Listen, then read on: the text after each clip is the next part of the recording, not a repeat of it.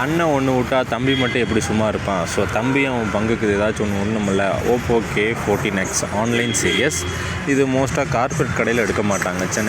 Chennai mobiles, Poorvika, அப்புறம் supreme mobiles, இவங்கெல்லாம் corporate. So இவங்க வந்து இந்த பட்ஜெட் எடுத்தால் அவங்களுக்கு லாபம் வராது. ஸோ லோக்கல் கடையில் எல்லாமே இருக்கும். ஆனால் லோக்கல் கடையில் வாங்கும்போது ஸ்கேம் தான் நடக்கும். ஓப்பன் பண்ணி யூஸ் பண்ண பீஸ் நிறையா வரும். ஃபோன் ரேட் 15னா அவங்க கஸ்டமர்கிட்ட செகண்ட்ஸ் வாங்கும்போது 8 ரூபாய்க்கு வாங்கியிருப்பான், உங்கள்கிட்ட 15 ரூபாய்க்கு வாங்கி விற்றுருப்பான். ஸோ அதெல்லாம் இருக்குது நண்பா. லோக்கலில் வாங்குறது ஒரு பெரிய ப்ராப்ளம். ஸோ இந்த மொபைல் February 10, 12 மணிக்கு லான்ச் ஆகுது. ஃபோனோட ஹைலைட் 45 வாட்ஸ். இது வந்து அவங்க 4 வருஷமாக காலங்காலமாக இந்த பட்ஜெட்டில் கொடுத்துட்டு தான் இருக்காங்க. 6500. அது எல்லா ஃபோன்லேயும் இருக்கிறதா, பெரிய டிஃப்ரென்ஸ் எல்லாம் இல்லை. 120 refresh rate, colour OS of course, IP64, 50 MP main camera. அட்டேங்கப்பா, காம்படிட்டர் 5500, 15 வாட்ஸ் இவனே போட்டுக்கிறது. ஆனால் இது கொஞ்சம் டிசப்பாயிண்டிங் நண்பா. இப்போ எல்லாருமே அவங்க பி சீரீஸ் எல்லாம் பார்த்துக்கிட்டிங்கன்னா இதே பேட்ரி, இதை கூட சார்ஜு எல்லாமே ஈக்குவலாக தான் கொடுக்குறான். ஒன்றும் ட்ராபேக்கெல்லாம் கிடையாது. 45 வாட்ஸ் பேட்ரி, சார்ஜர், அது என்ன ஹைலைட். இதில் இன்னொன்று ஹைலைட் என்னென்னா, இப்போ இன்னொரு ஃபோன், ஓப்போ ஃபோன் ஏதாவது இருந்தால் சார்ஜ் அப்படியே இந்த ஃபோன் டு இந்த ஃபோன் ஏற்றிக்கலாம். கண்டிப்பாக இது கேமிங் சிப்பாக வராது, அது எனக்கு 100% தெரியும். தெஃப்ட் ப்ரொடெக்ஷன் இருக்குது நண்பா. அது எல்லா ஃபோன்லேயும் தான் இருக்குது. ஆனால் ரியல்மியில் வர அந்த ஒரிஜினல் தெஃப்ட் ப்ரொடெக்ஷன் எனக்கு தெரிஞ்சு ரியல்மியில் மட்டும்தான் இருக்குது. நீங்கள் சார்ஜ் போட்டிருக்கீங்க, கழட்டினா அலாரம் அடிக்கும், சுவிட்ச் ஆஃப் பண்ண முடியாது, மேலே ஸ்க்ரீன் லாக்கை இழுக்க முடியாது. அது ரியல்மியில் மட்டும்தான் இருக்குது நண்பா. அஃப்கோர்ஸ் கேமரா ஓரளவுக்கு ஓகே தான்.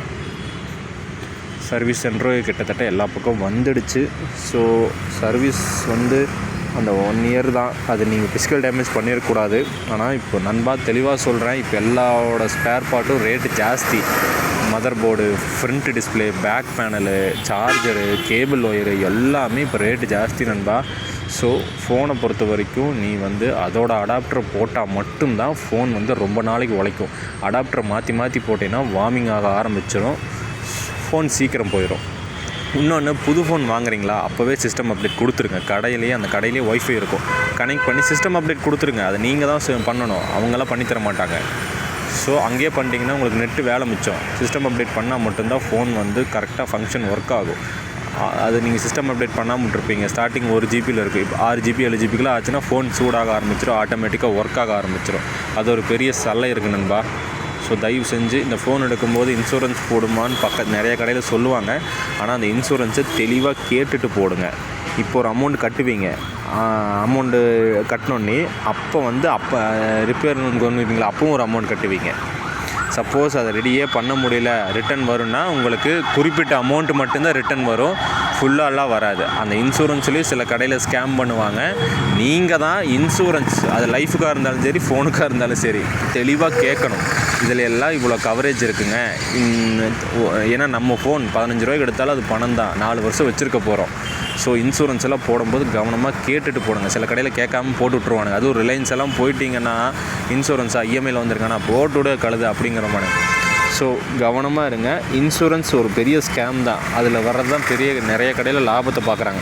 சப்போஸ் அந்த இன்சூரன்ஸ் போட்டிருக்கீங்க, போட்டு ஃபோன் உடையாமல் அந்த 1 இயரில் இன்சூரன்ஸ் வந்து அமௌண்ட் வந்து உங்களுக்கு ரீஃபண்ட் ஆகாது.